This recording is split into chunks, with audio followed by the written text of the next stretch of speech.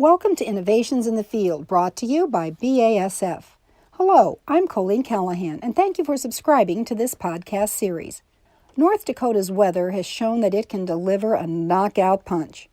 But the farmers in the rich, black lands of the region are resilient, and they pride themselves on being tougher than their environment. We were very dry early, and so driest summer we've had in probably 30 years, which is crazy that we're getting this kind of moisture now, but I'm sure we're going to have some damage from the snow, but I think the bigger issue now is going to be how are we going to get these fields dry enough or, to get harvest finished, because you have a difficult time driving across the field with a four-wheel drive tractor, once this stuff melts, let alone a combine and harvest equipment. Brian Kenner talked about the aftermath of the October snowstorm and how the farming community was dealing with it. At this point, the sun comes out on Monday and you look out and you're like, well, we got to get it done. It's going to have a bad impact no matter what at this point. It's just, is it going to be a slap on the wrist or is it going to be a devastating blow? As our business calendar goes, this is the time of year we're typically talking to guys about their plans for next year, and we're certainly not going to insult our growers by running around right now when they're looking at snow in their beans and say, hey, we need to be locking up seed plans for next year. So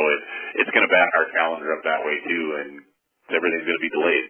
Relationships are very important in challenging times, and Kenner speaks highly of his BASF innovation specialist, Henry Steinberger. He understands. He does a good job. He feels the pain that everybody's going through and understands that it's a difficult situation for all involved, and trying to help us have a positive attitude. And he's not out there trying to sell right now. He's just out there trying to make sure his customers know that he's there to support them, and if they need a hand with anything and just somebody to talk to, that's kind of what he's doing. Kenner makes the point that North Dakota is not Iowa. Our land costs are considerably cheaper than other areas, and we grow some pretty good crops up here. Not what what you grow in Iowa and Illinois, but people say, well, geez, if you can grow X bushels of corn for this kind of land, that's real value. Well, there's a risk factor in our land prices, and that's why they are what they are. Is once every 10 or 15 years we deal with one of these unprecedented events, you might not get a crop harvested. You might get half of it harvested, and that has to be reflected in the value of our land and our rent. Soybeans have now been harvested on Kenner's land, and the yield was down 10 bushels per acre due to the weather.